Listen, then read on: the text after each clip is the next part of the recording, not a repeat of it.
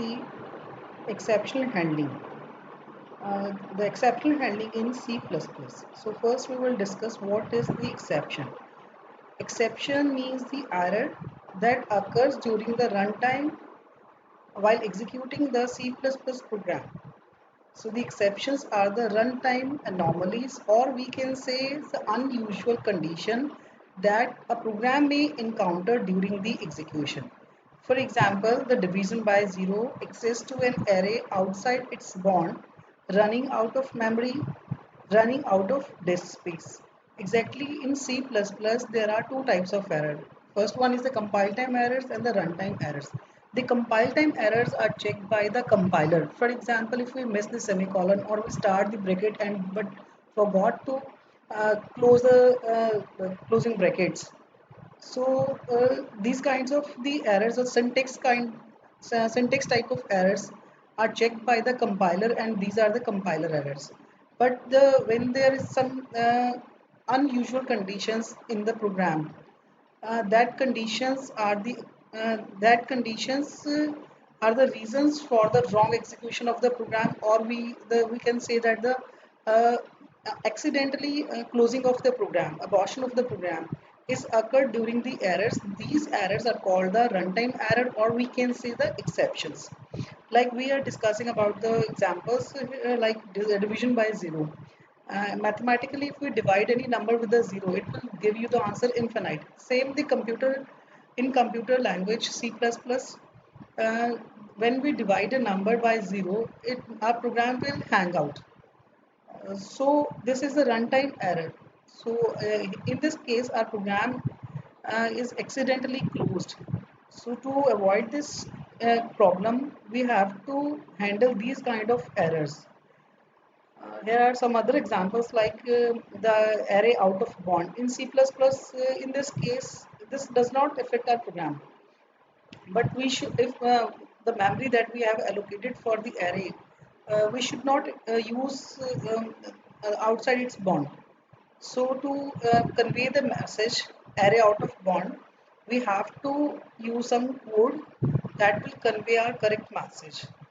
See, in the same way, when the memory is running out of its maximum size, then our program will be hanged or the deadlock. So this can be avoided using the exception handling. So the exception is the error, and exceptional handling is the code that is used to handle the error. Exceptional handling works in two principles, as the exception is of two types: synchronous exception and the asynchronous exception.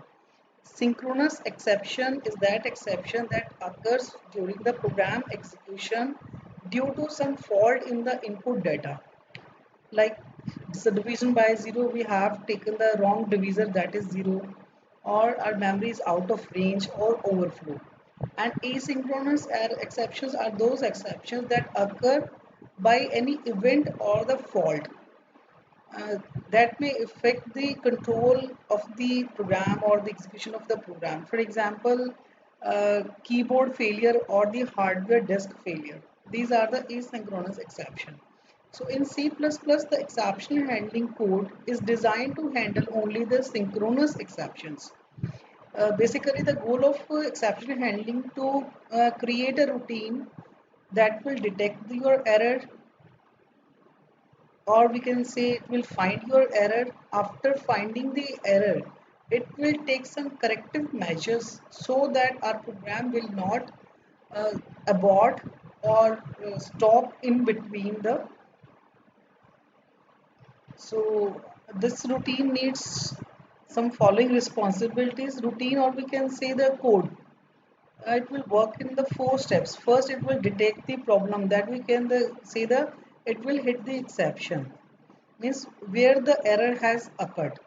When the error, when the system or the code detects the error, then it will inform the system that an error has occurred. So this is done through the throw keyword. So when an exception occurs, this exception or the error is thrown by the throw keyword. When the throw keyword throws the exception, then that code, then that error will be handled by the catch code. So the catch code will receive the error information. Then there in the catch code there will be some set of statements that are used to handle that error. So the catch code take the corrective actions to handle that kind of exception.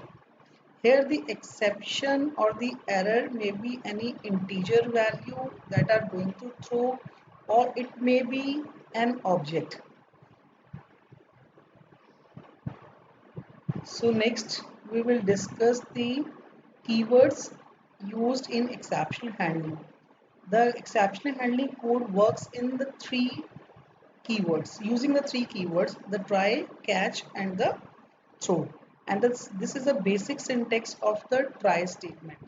Here the statements where there is chances that the error may occur, that statement will be enclosed in the try block.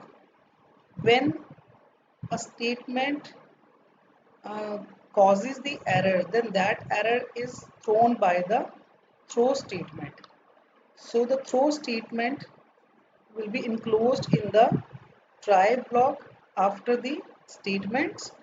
The throw statement can be written as throw, in between the parentheses there will be exception that will be thrown, or throw simple exception, or it's simply the throw. When we will write simple throw with the semicolon, it means it will re-throw the exception that we will discuss in our later examples. Next, after try block, there will be a catch block. Every try block should have at least one catch block. Without a catch block, there will be a compiler error. So if there is a try block, there should be at least one catch block. A try block may have one or more catch blocks. We will discuss it in our next sections. So the catch block will catch the exception that is thrown by the throw statement. Then the catch block will take the corrective measures to overcome the error. So the exact complete syntax of this three keywords is as the try block is a set of statements where the error may occur, and then there will be a throw exception. Next one is the catch. Outside the try block, there will be a catch, the data type of the exception, and there will be an argument. It works same like the function where we call the function and there will be a function definition. The same kind of, here we throw the exception, then there will be that will be thrown in here the catch block. So the exceptions data type and the arguments data type should match. If it does not match, then there will be a compiler error.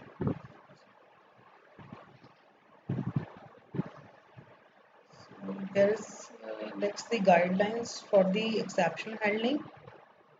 The try block, the throw block, the exception will be thrown in the catch block, then there will be a corrective measures. So here is the next example, it may be an object. So here we will mention the type of the object, that is your class, and the argument name. Here will be some set of statements in the try block where the error may occur. Here is a set of statements that will correct these errors. So here is an example. For example, we are writing a program to illustrate the division by zero exception. So here we are taking the main program where we have dividend and the divisor a and b. We are inputting the value of a and b. So we will check the value of b, that is your divisor should not be equal to 0. If it is 0, it means there will be some error. So if b not equals to 0, it will work simply a divided by 0. It will print the a divided by 0. Otherwise, it will throw the exception. So throw b. और जहाँ पे हमारी error होगी, that will be thrown by the throw statement. So our error in the b part, so we'll throw the b.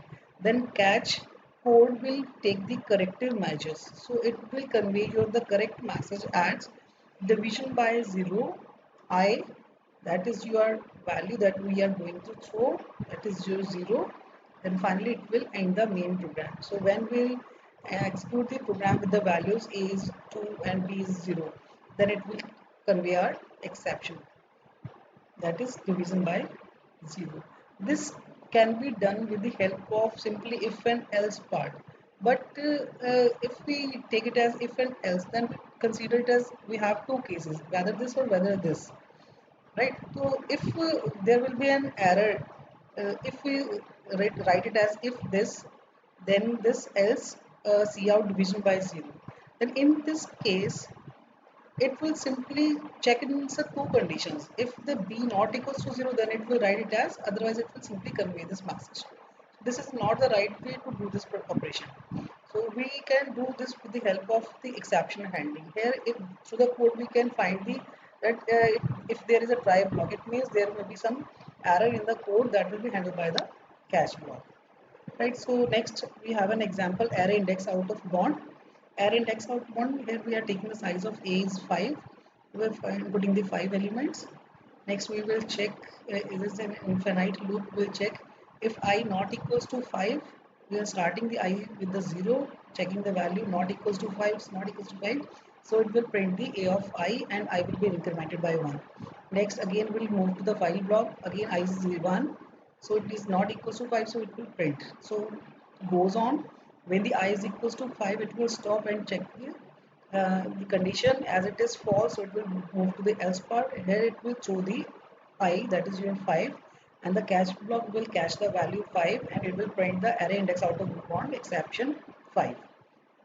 Right, so this is the way through which we can uh, uh, identify that there is maybe some exception that will be handled by the try and catch block. Here next we are taking the same example with the help of these uh, the classes and the objects.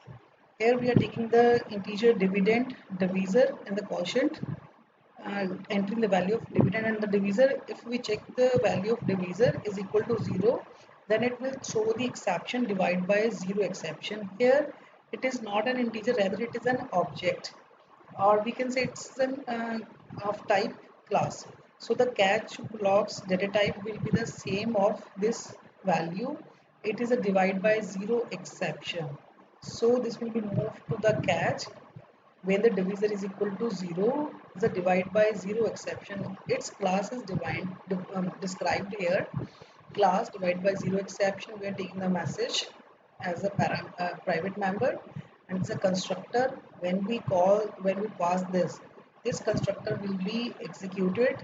Here the attempt to divide by 0 is copied to the message, and then here it's a get message that will print the message.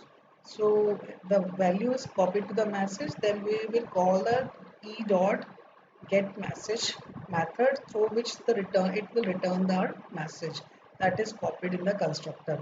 So the output will be your exception occurred attempt to divide by 0 if the value of divisor is 0. But if the value of divisor is not 0, it simply divide the value of dividend with the divisor and return the output. That is your 2. So next we are taking the example of array out of bond using the classes.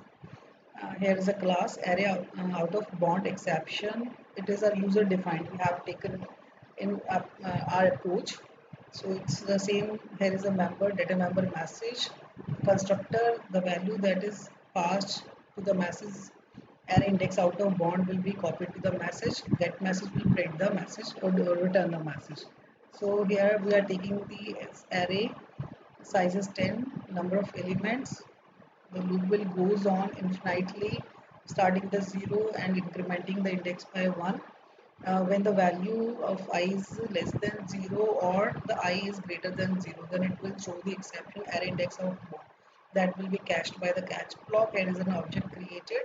So the e dot get message will print the message that is copied in the constructor. But if it is not less than and not greater than 9, then it will simply print the next value. So here is the output of the this code. So 0 to 9 will be printed. When the I is equal to 10, then it will convey the exception occurred array index out of bond.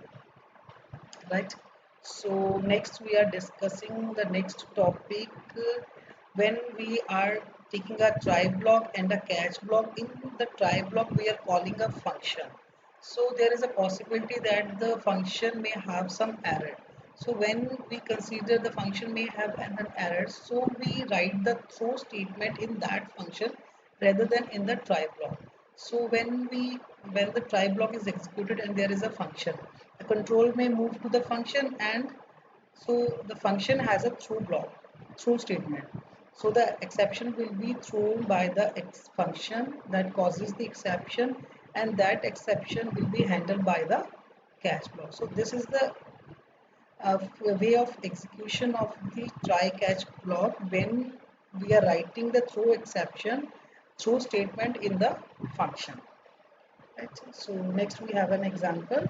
For example, here is a main here we are writing the code for try block in where we are calling the square function. Square function will square the value of some integer. So the control will move to upward. The square function we are taking the value s, enter the number s. If s is greater than 0, then we will square the value, otherwise it will throw the exception. Right, so when the s is greater than 0, it will simply execute the program, but when s is not equals to 0, is less than or equals to 0, then it will throw the exception, then that statement will be passed to the catch block. Here the catch will receive the throw and write the statement as caught the exception, right? So when we enter the number 10, it will simply square, but when the -1 is entered the value of s, then it will throw the exception. So the for the exception, right? Next, we are taking the case when a try block may have more than one catches. So it's there was a simply try block, then there will be a catch type 1, type 2, and up to the there will number of catch blocks, but all data types should be different. So a try block may throw more than one exceptions, but all exceptions should have different data types. Right? So here we have a demonstration. So right to throw and multiple exception, and define the multiple catches. Here is the function num integer k. In the num function, we are taking the demonstration of three throws. Try if the k is 0, then it will throw the simply k. If otherwise, if greater than, it will throw the character. If the less, then it will throw the value in float.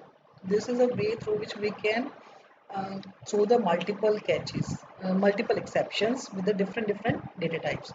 So when the k is equal to 0, then catch integer will be matched and it will convey the message caught and null value.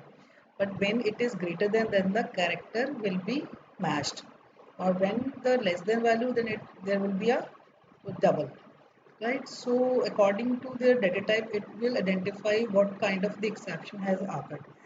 So we can perform the same way with the different objects, like we can write it as divide by 0, array out of index, or the memory overflow, or the memory out of range. So there are a number of ways through which we can throw the multiple exceptions that will be caught by multiple catch blocks. So here is the main where we are calling the num function with the three values 0, 5, 1. When we pass the 0, it will throw the exception of integer type here. It will throw the exception of integer type here. It will throw the exception of double.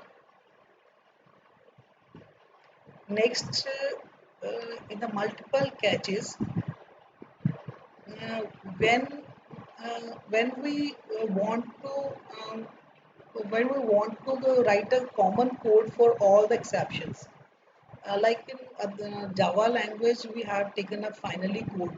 Means किसी भी तरह का exception आएगा, that will be cached in the finally block. That finally block will be executed. Here we are taking the case when मतलब इसमें कभी भी किसी भी टाइप की कोई भी exception आएगी, that will be caught by the common code, that is your catch. In the catch block, there will be a bracket, there will be three dots. So this is the syntax that is used to code all kind of exceptions. We have not to write the individual exceptions, catch blocks for individual exceptions. So it will handle all kind of exceptions. Here we are taking the example like same code for integer, character and float. All these kinds of exceptions can be handled by the common code. That is your catch dot dot dot. This is the catch exception. So whether we write it as 0, 5 or -5, it will convey our same message, the caught exception, caught exception. Right. Next one is specifying the exception. It means we can specify the type of exception that will be handled by the function. Means the function is restricted to throw only a specific type of exception. So this here we are specifying the except type of exception in the function. The syntax will be the return type and the function name, the list of parameters. This is a simple way through which we define the function. But after the function name parameter list, we will write like throw data type list. So here we are specifying code. This code will throw only a specific type of exception. Next one is a function body. If we don't want to write any type of mention, or we say that there will be a null type of exception, then we will simply blank this data type list in the throw block.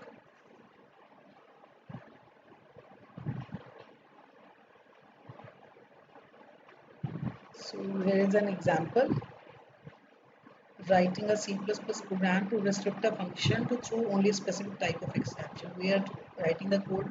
The function return type is void. Check is our function name. This is our parameter list. Here it will check the value of k, whether it is 1, 2 or -2. If it is 1, it will convey the character, otherwise integer or this.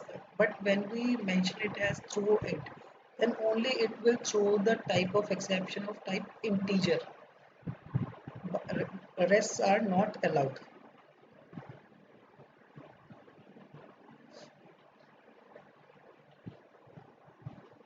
So next our topic is whether we write its catches, but is only restricted to an integer type. Other catch block will not execute it. Next one is handling the derived class exception. If we are writing a code for base class, next we have derived in another class that will inherit the features of the base class.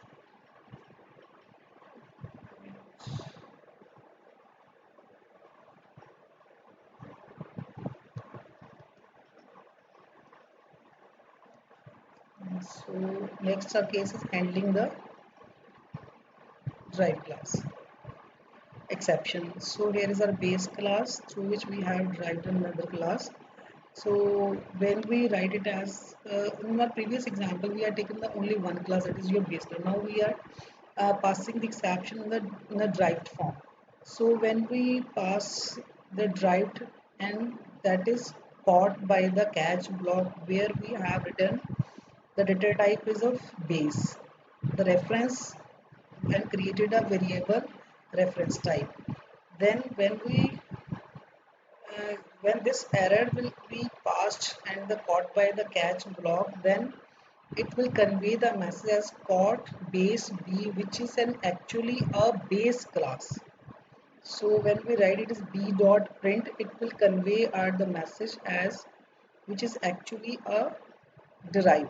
So the past this value is passed to the rather whether चाहे हम इस value को base में pass करें, but this will be pointed to the derived class rather than the base class.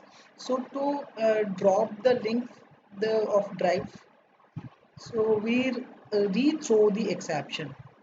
That is using the throw b. Throw b, so that this argument will be passed to the again cache block, where we have write the same code back base b. So this throw b will slice over the derived object from the derived class. So again it will point to the base class. So our output will be now the code base b, which is actually a base.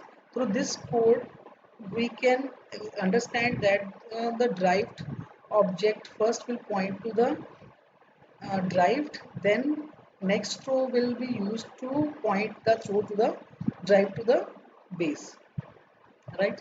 So next we are taking the case of rethrowing an exception. Rethrowing an exception will be done through the simply throw semicolons. So here an example, we are taking a function my handler where we write a try code, try catch block.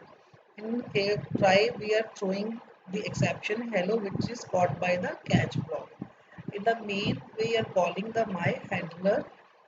When the control will be moved to my handler, it will be moved to the this function. Here it will throw the exception that is caught by the catch block, and catch block we again write a throw, simply throw.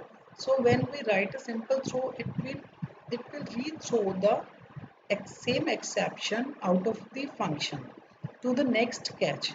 So here again, because its try will be its the exception occurred in this try block will be cached by this, but this is already handled by some another try catch block. So there is a need to throw this exception to the mains catch block. So there is a need to write it as through. So this will throw the same error to the mains catch block, right? So the our output will be the main start function will be started with the main statement. Next the this is the exception handling by the my handler. Next statement will be the catch exception inside the main. I hope you understand this. So next our topic with the terminate. So the terminate, we use the keyword terminate that is defined in the exception.h header file. So terminate is used to terminate our program or to end the program. Otherwise, try catch block will not end the program; it will goes on the further execution. But if you want to terminate the program in between after the exception handling, then we use the term the terminate. So simple the way we write the code as main the string. Next we message convey the message attempting to allocate the 1 GB. So here there is a code to fit the to allocate the size of the string as maximum 1 GB. So we allocate the memory as this. Next this if there will be a error, then that will be cached by the cache block as the exception, and the exception class that is defined in the exception header is the reference E. Here C error is defined in the IO stream that is used to output the error message. So it's CER error could not allocate the storage. If the size of the P will be increased from this size, then it will immediately it will terminate rather than continue the next statement. So the terminate is used to uh, terminate or to stop the program when there is no need for the further execution of the program, right? So the output will be attempting to allocate 1 GB. It means it will be okay if the size of P is 1 GB, but if it will exceed, then it will convey you the error message. I hope you will understand it. If you have any problem, then kindly you can comment me in comment section, and I request you to kindly subscribe my channel, like my channel, and share my channel. Thank you.